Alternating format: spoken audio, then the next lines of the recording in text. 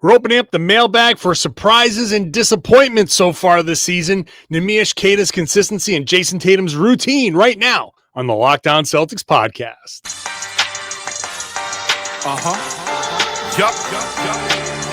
Beantown, be ever ready. It's the C's. Who else could it be? What they gon' say now? Screaming like JT. Karalis recap the madness every game, every practice. Prime time, Deppin' D. White on the sideline. Raining J's. How it started, raising business. How we finished. Locked On Celtics pod, home of the winners. Hey there, welcome back to the Locked On Celtics podcast right here on the Locked On Podcast Network, where it is your team every day. Your team is the Boston Celtics. I talk about them Monday through Friday, bonus podcasts when they play it on the weekends. So you just missed two. I got another one on Friday night when they play the Orlando Magic. So they're all free. They're all everywhere podcasts exist. They're on YouTube. So go ahead and watch or listen however you want to do it. Get into the comments section on the YouTube page. Share your thoughts with me, John Karalis, beat writer for Boston Sports Journal. I've been covering the team for 20 years. I have written a couple of books. I've been hosting this show for 10. We just had the 10th anniversary of the original show Locked On. It was Rain and Jays with me and Jay King beforehand. So been doing this show for 10 years.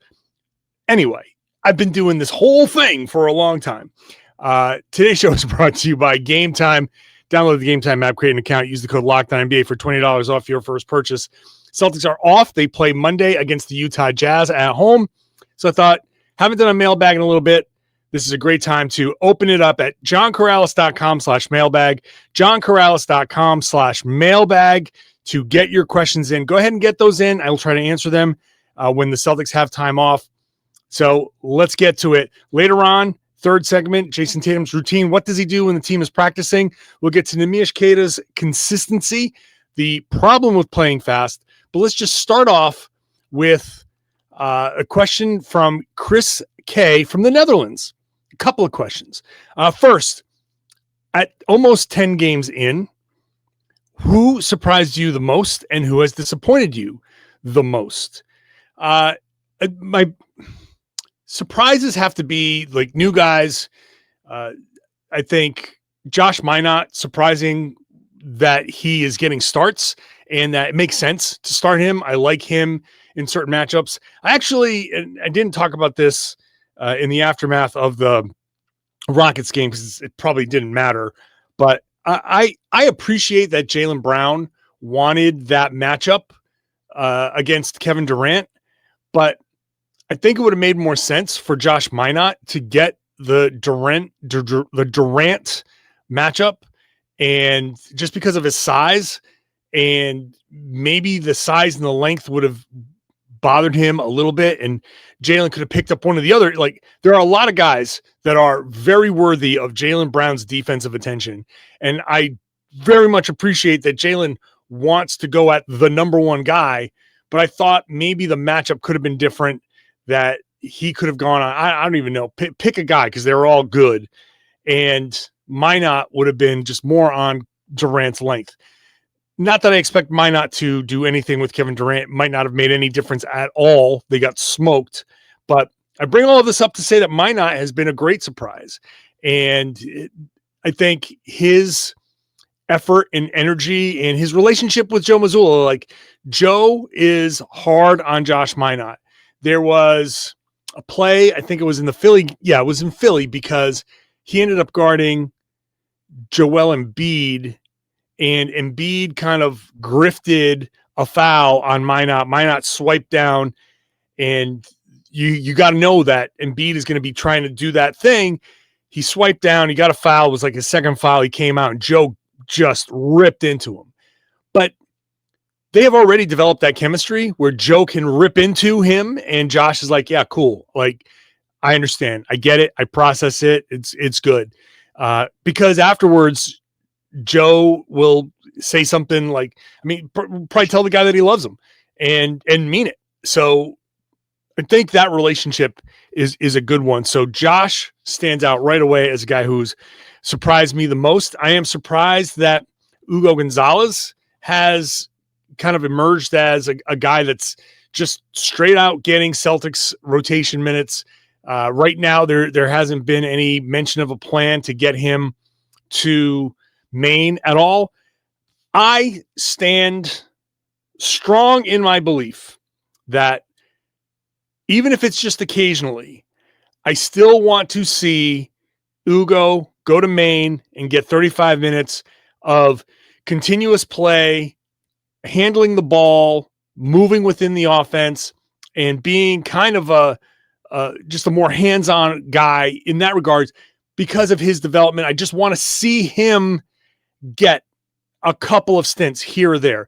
It could be a situation, the season hasn't started yet for Maine, but let's just pretend that they have this off day and they want to send him to Maine to get a day.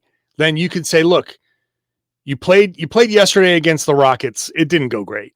You get 3 fouls on Kevin trying to guard Kevin Durant. Hugo got a matchup on KD and it didn't go well. He had 3 quick fouls and out he came. So you didn't get a ton of minutes. So you could go play in a game, hypothetically, if there was one Monday night in Portland, go there, play your 35 minutes. And then if you want to consider, hey, he's going to sit the game against Utah, I probably don't need him, but you could use him situationally if you want. I just think that would be a great way to get him the playing time. I don't care about him missing a game or two in Boston. I don't want to take him away from the NBA development either. Like, he should be getting NBA minutes. I think he's proven capable of playing NBA minutes. I just want to get him that offense, just that higher level, higher rep, higher usage offensive stuff that he's not getting, because why would he? He's sitting next to Derrick White, JaYlen Brown, Peyton Pritchard, Anthony Simons. He's not going to get the same level of touches. I want him to go and learn how to make some of the reads and learn a little bit more hands-on stuff in Maine. So I am very pleasantly surprised by Hugo, but I still want to see him get those developmental minutes moving forward. I'm not going to say JaYlen Brown has surprised me necessarily, because I know that he's capable of doing a lot, right? I started out the first few years of his career. I've said this a million times on my podcast. First few years of his career, I was critical. I put him in these boxes where, like, after his second year, I was like, hey, this is a great 3-and-D guy. That's probably all he's going to end up being. And he obviously has broken way out of that. So after like 2-3 years of doing that, I'm like, look, I'm not putting him in a box anymore.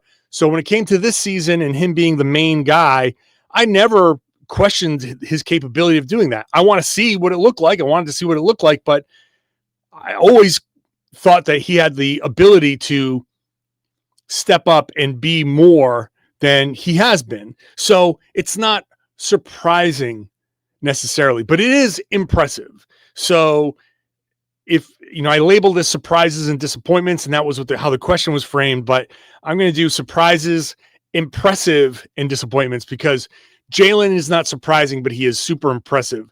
I think he's done really, really well to start this out. A tough night against Houston, but everybody had a tough night. I'm not really worried about that. But I always say that I still think that JaYlen is even capable of doing more. So I look forward to his progression, even as he's playing great. I look forward to his progression moving forward. So those are the positives. The negatives, the disappointments, at the top of the list has to be Derrick White, because I love how Derrick White plays basketball. I've been very vocal about that. I think Derrick fundamentally is just one of the best basketball players in the league. He doesn't rely on, elite athleticism. He just is he's a great basketball player. He's just having a tough shooting season. Now, he is doing other things. It's not really affecting him in other ways, but I want to see him get that shot going. I want to see the game slow down a little bit so he can start doing the other things that make him so great.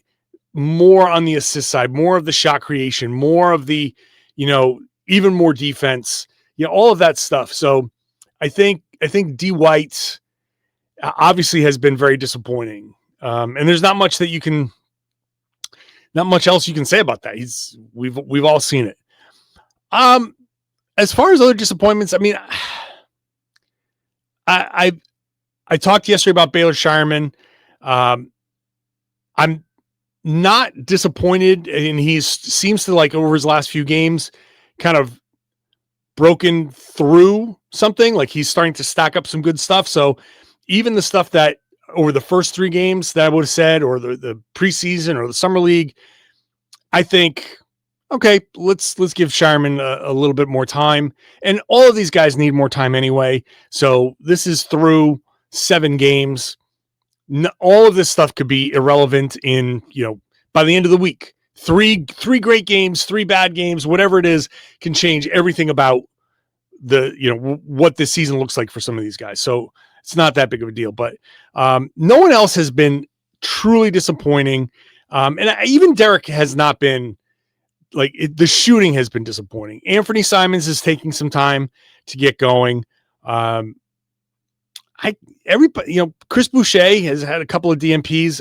I never had the highest expectations for him. So disappointments, not so much. Another question from Chris was, what is Brad doing during the season? Is he talking to other teams about trades for the near future?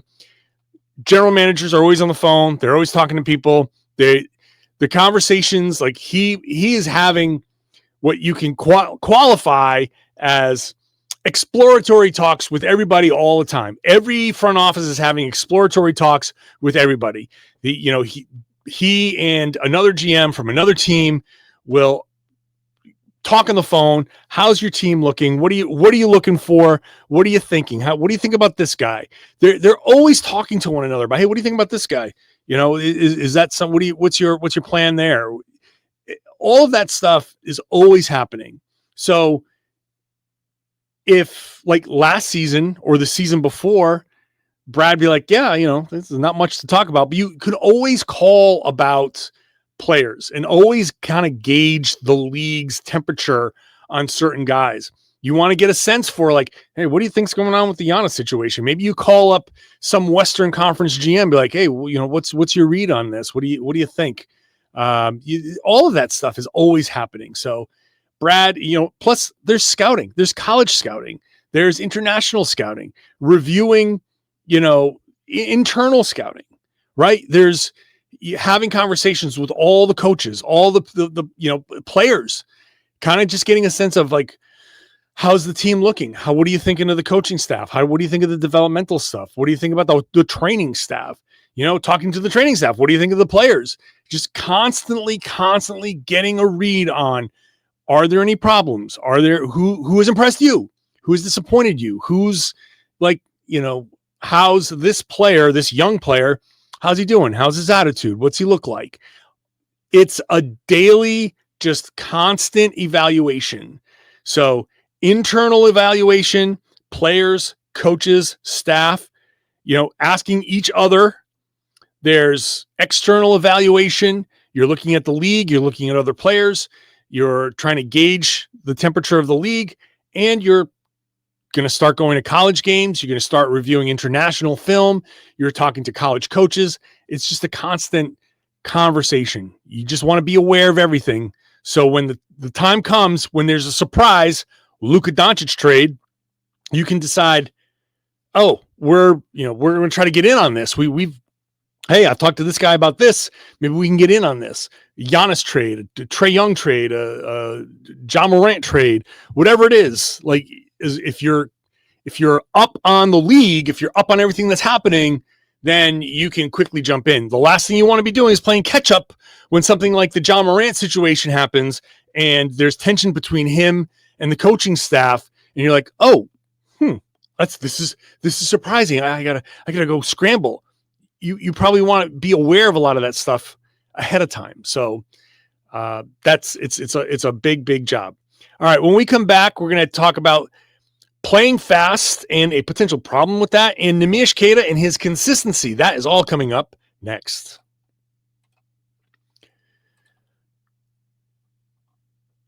Today's show is brought to you by Robinhood. Your ambition just met its match. With Robinhood, you play for the win. Not just on game day, every day. Locking in on every opening, beating your PR, beating it again. Channel that drive into your money. Robinhood puts you in control of your money. Trade stocks and ETFs, options, futures, and crypto, all in one platform. You can now build and execute your own trades from a desktop with Robinhood Legends advanced tools, or take advantage of the new Robinhood strategies with a tailored portfolio managed by a team of experts. You expect more from yourself. Expect more from your money. Get started today at Robinhood.com/yourmoney. Again, that's Robinhood.com/yourmoney. Your money, your move. Today's show is also brought to you by Game Time. Basketball season is here, and nothing beats being in the arena for these games. I can tell you, I'm there. The arena is still great, but there are people who can't go, and there are seats to be had, and getting real tickets can be a total headache. Like, you wait in queues. There are surprise fees. There are prices that jump right before checkout. It's very easy to get frustrated, but Game Time is the app that gives you the advantage. It's your ultimate life hack for scoring amazing NBA tickets fast, easy, and stress-free. I can't tell you how easy it is. I've used Game Time plenty. I don't buy NBA tickets, but I've bought WNBA tickets on Game Time, and it's very simple. I'm in a city for the playoffs. If they have a WNBA team that's active and I want to go and see, I open up the app. I get great seats in minutes. I can see exactly what the seats look like from right from my phone. The app shows me what the view is going to be. I know the price that I see is going to be the price that I pay. They have zone deals where you pick the section and Game Time picks your seats so that you save big there. It's all very, very simple. Take the guesswork out of buying NBA tickets with Game Time. Download the Game Time app, create an account, use the code LOCKEDONNBA for $20 off your first purchase. Terms apply. That's code LOCKEDONNBA, LOCKED, LOCKEDONNBA for $20 off. Swipe, tap, ticket, go. Thank you for making Locked On Celtics your first listen every day. For your second listen, go check out Locked On NBA Game Night, Monday through Monday. It's a 7-day podcast covering every game in the league. I'm going to do a special appearance on this Monday show, going in and talking about a lot of things that happen in the NBA. As of right now, Victor Wembanyama is really, really struggling, and the Spurs are going to lose. The Bulls have already lost. The Thunder have won. Is there a coaching change coming in New Orleans? All that stuff is going on Locked On NBA Game Night and Locked On NBA, the afternoon show, which you can catch on the same feed, wherever you found this podcast. All right, let's get back to the mailbag, which you can find at johnkaralis.com/mailbag to get your questions in. Adam says, is there a problem with full court press and playing fast and steals where the whole rest of the league saw the Pacers too? Adam implying that it's the entire league is starting to shift to full court press, trying to play fast, and it's not like this big secret. Okay, and the point is well taken. The Celtics aren't exactly playing super fast. They are playing fast at times, but they are also playing very slow at times. And so their overall pace numbers are kind of not where we expected them to be, especially after the preseason where Josh Minott was like, we're going to be the fastest team in the league. The way they were practicing is not exactly how they're playing. So that's a work in progress. But to the point of the question, yes, the whole league is starting to press more, and the league is starting to play faster. Is it because of the Pacers? And like we all like to say the Pacers because they pick up full court, but also the OKC Thunder, both teams, the champion, both teams that were in the finals, they both had similar aggressive styles. And yeah, the whole league saw them, and the league is starting to move that way. I would also add that this is not just a copycat Pacers, Thunder, all of that stuff. It is also, I think, a function of the second apron, where you can't afford, like, teams can't afford to do what the Celtics just did very often. The Celtics with, Tatum and Brown and Porzingis and Holiday and all of that stuff, and giving everybody extensions, Derrick White an extension and all of that. That's not how teams are going to be built very often. Every once in a while, team will go into the second apron for a little bit and they'll have like high-end talent. Maybe they've drafted well. OKC is going to get there at some point.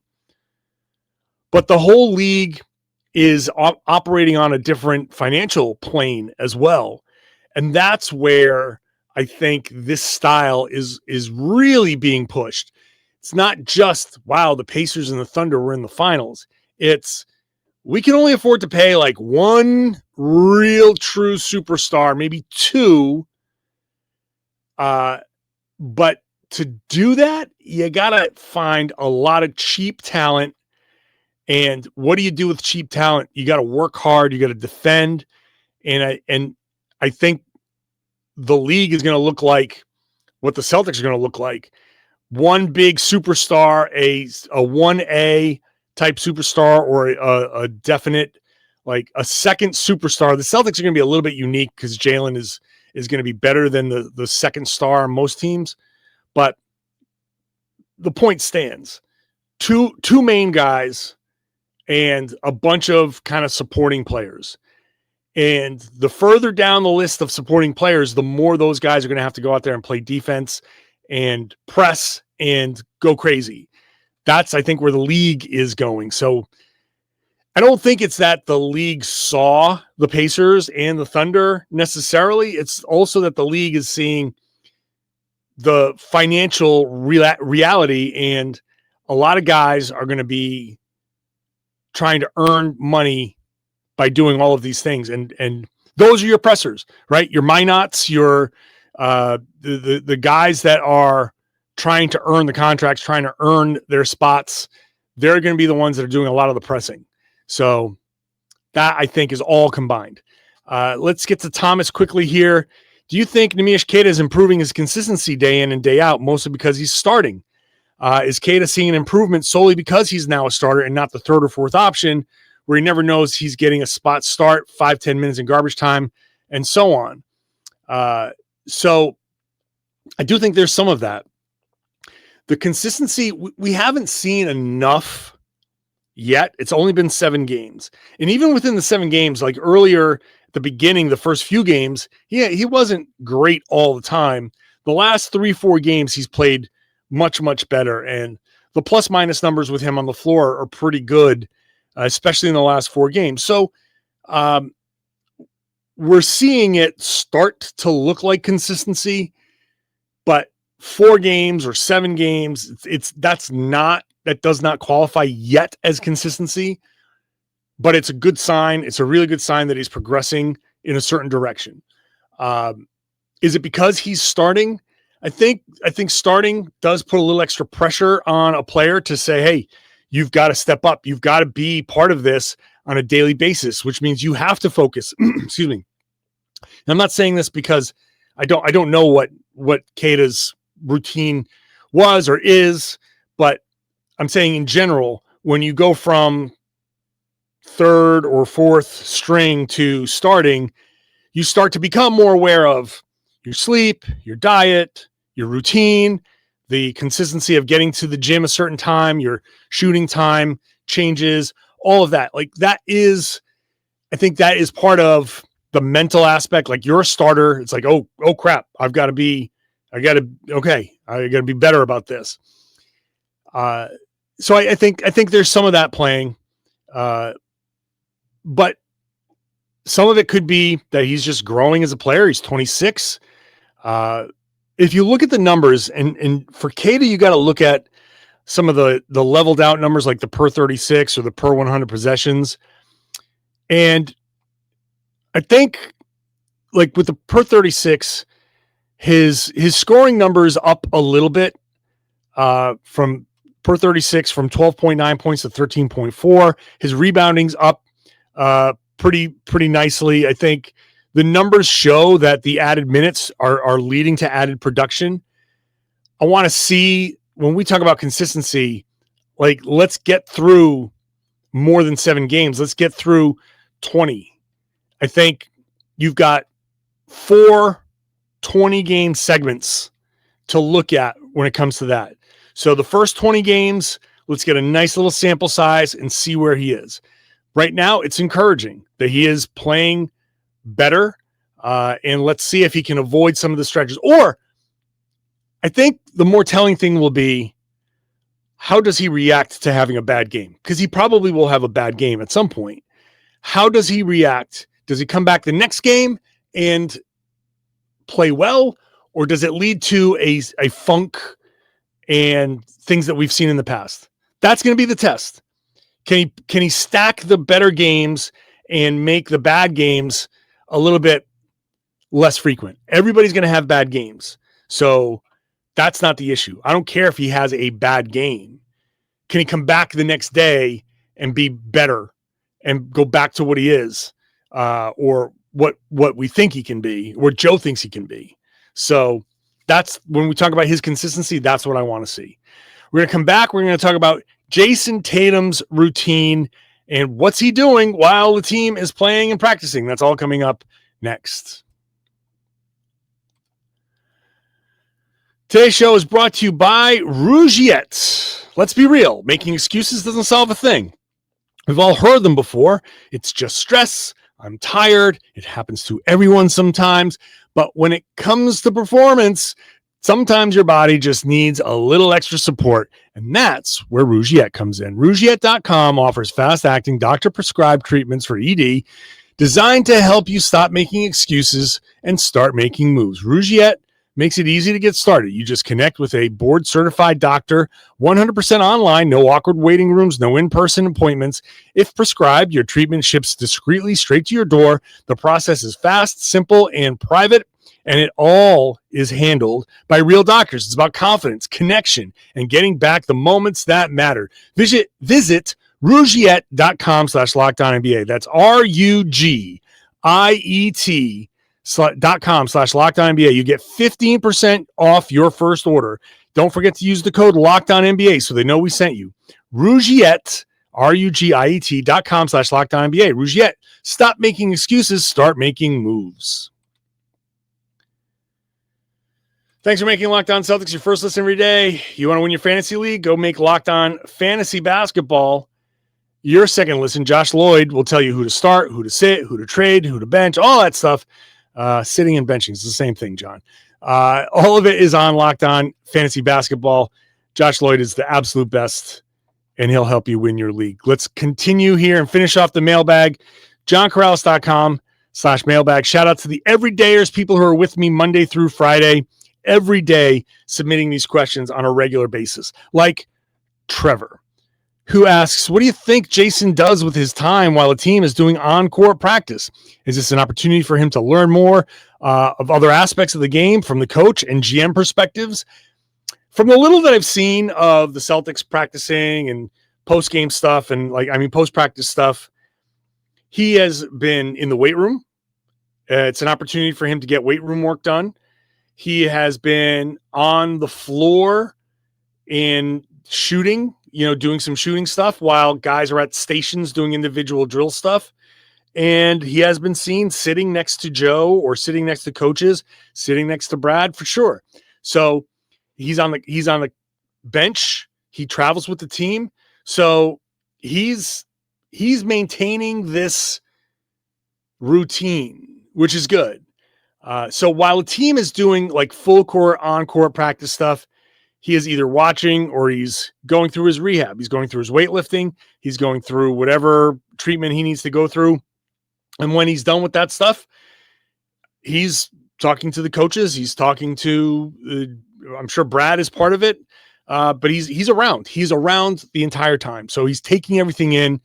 I think he just wants to be a part of it. I think he just wants to be part of the whole process, and he wants to see the coaching. He wants to be around the players and see what the players are doing so he can give his kind of, for lack of a better term, coaching, right? He can, he has the cachet to say from everybody to like JaYlen Brown, like, hey, JB, you're doing this when you see this, blah, blah, blah. Like, talking things through, like, hey, those kind of conversations are happening. Like players all talk to each other like, hey, I notice you're doing this. And oh yeah, I'm trying to work on something, or I didn't realize I was doing that. And it's a back and forth. Like that happens all the time. And so, yeah, I love that he's involved. I love that Tatum is involved and wants to be part of the team while he's rehabbing. A lot of guys don't travel with the team when they don't feel like they have to. Jayson could sit home and watch the games. He doesn't have to be at the arena. He doesn't have to be on the road. It's not a requirement, but he's doing it for good reasons too. He wants to be a part of it. He wants to be out there signing autographs for fans. So good for him. Finally, we're going to end on Ira, who says, very personal question. All right, I'm intrigued, Ira. You say you're no longer a fan as it would impact your coverage. So is this just you or perhaps an NBA thing? I listen to some MLB locked-ons as my team is still involved. Or this is from a question from a couple weeks ago, I guess. And I like to hear both sides' takes on the games, and they are 100% huge fans of the team on which they are covering. Compare and contrast. So my fandom and me putting it aside comes from my other job of I'm a beat writer for Boston Sports Journal. When you're on the beat, you can't be a fan of the team. And I think for me, this goes through like the journalism ethics classes that I've taken, that I took way back in the day. There is a journalistic responsibility, and I know it's all kind of blurry right now. The internet has made it all, because I have to have opinions, and I'm doing a podcast where fans are listening. You are listening, and when they win, you want me to be I need to match the energy of a win. When they lose, I need to match the energy of a loss. Like, I have to have some kind of emotional connection here so I can properly communicate with you, right? I want to be connected to what you're feeling somehow. But because I'm covering the team, I have to be fair. And you need to know what's happening. This is something I truly believe in. And I know that things have changed. There are a lot of people covering the team now, in general, covering the NBA, who are fans. They work for fan sites, right? They run fan sites, and they are very much like still in like a fan mode, which is its own kind of brand of thing, but it's different than what I do. So the answer to the question is it's always a mix. People who do podcasts very often do podcasts because they are fans of the team and they want to start talking about the team. When I started this podcast 10 years ago, I was working in New York City as a producer and a reporter, and I was, I had Celtics gear. I was very much a Celtics fan back, 10 years ago, even. I have not, I don't hide any of that stuff. But as my job kind of grew and as I got into the beat writing stuff, I have to evolve. I have to take that part out of me and cover the team objectively. And this way, when I'm talking to you, I can tell you, I think as objectively as possible, I think this guy's playing well. I think this guy's playing poorly. And I see what people say about me. I see people say I have no faith in the team. Well, my job isn't to have faith in the team. My job is to say, God, this front court looks awful. I think you're going to get crushed on the boards. And when I see a blowout coming, I say, hey, this Houston game is going to be a mess. And if I'm right, I'm right. If I'm wrong, I'm wrong. And if I'm wrong, I look for reasons why I'm wrong, and I try to explain it. So when I say things about Neemias Queta, I get into conversations with Queta fans all over the place. You're being so unfair to Queta. Like, actually, no, I'm telling you exactly what I see. And I have no personal stake in this. I have nothing personal against Neemias Queta. When he plays well, there are people who are like, yeah, see, haha. I'm like, yeah, great. Like, I'm not upset when I say something about Queta, like, I don't think he's good, and he starts playing well. I'm not upset about that. I'm like, happy.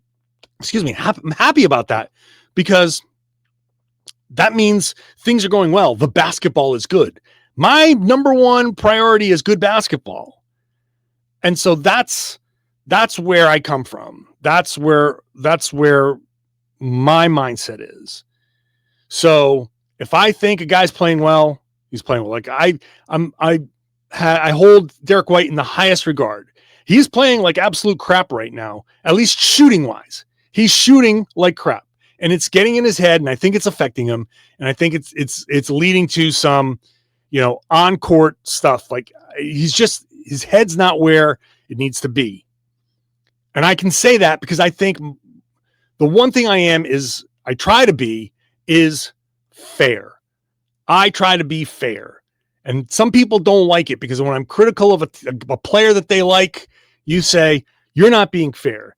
I've been accused of being a JaYlen Brown fan and a JaYlen Brown hater. I've been accused of being a Jayson Tatum fan and a Jayson Tatum hater, which I guess means I'm doing my job right. Because when these guys play well, I'll say it. When they don't, I'll say it. I'm not the fan person, but fans do these podcasts. There are fans on the NBA network that do podcasts and are more fans than they are analysts. That's totally fine. So it's just an individual kind of thing, but that's where I am. That's where I choose to be. And that's it. That's how I do it. But feel free to ask me more like that. I love having these conversations with people because I want people to understand. I'm very much the type of person who likes explaining, obviously, and I like people to understand where my head is at, because that means when I say something, at least the context is there, so you know what I mean. Like when it comes to on a personal level, I truly think like all of the guys in that locker room are really good dudes. Like I have nothing personal against anybody. I don't talk to a lot of the guys because I'm a 52-year-old beat writer and these guys are professional athletes. So we're not sitting there having like a ton of conversations, but I hope they all succeed. I hope they all do well. Look at the Celtics. Like I want to see them win 4 in a row. I want to see them overachieve. I didn't want them to go 0-7. The 3-4 is great. I wanted them to go 7-0. Like I want them to win every game because that means they're playing good basketball and they're doing all the things that they should be doing. My expectation is like Joe Mazzulla says, the standard. There's a standard. And I want to hold guys to that standard the same way Joe Mazzulla does. So I can go on, and I'm going to stop myself because I can go on and on and on. But thank you for the question, Ira. Thank you, everybody, for the questions. JohnKaralis.com/mailbag to get questions in. Send them in. I don't do the mailbags as often during the regular season just because there's a crush of games and there are other things to talk about. But you got to become an everydayer and listen to the shows every day, because sometimes I go back and look at questions that have come in and be like, oh, I answered this in this podcast 2 days ago. And so I'm not going to answer that question specifically because I talked about it 2 days ago. So you got to be on board here Monday through Friday, because sometimes you submit a question on a Tuesday and on Thursday I'm answering it. And when Monday rolls around, I'm past that topic. So become an everydayer. Join me Monday through Friday, bonus podcast on the weekends. Get into the comment section of the YouTube page to share your thoughts and share the podcast. Tell everybody they should be listening to and watching the Locked On Celtics podcast here on the Locked On Podcast Network. It's your team every day.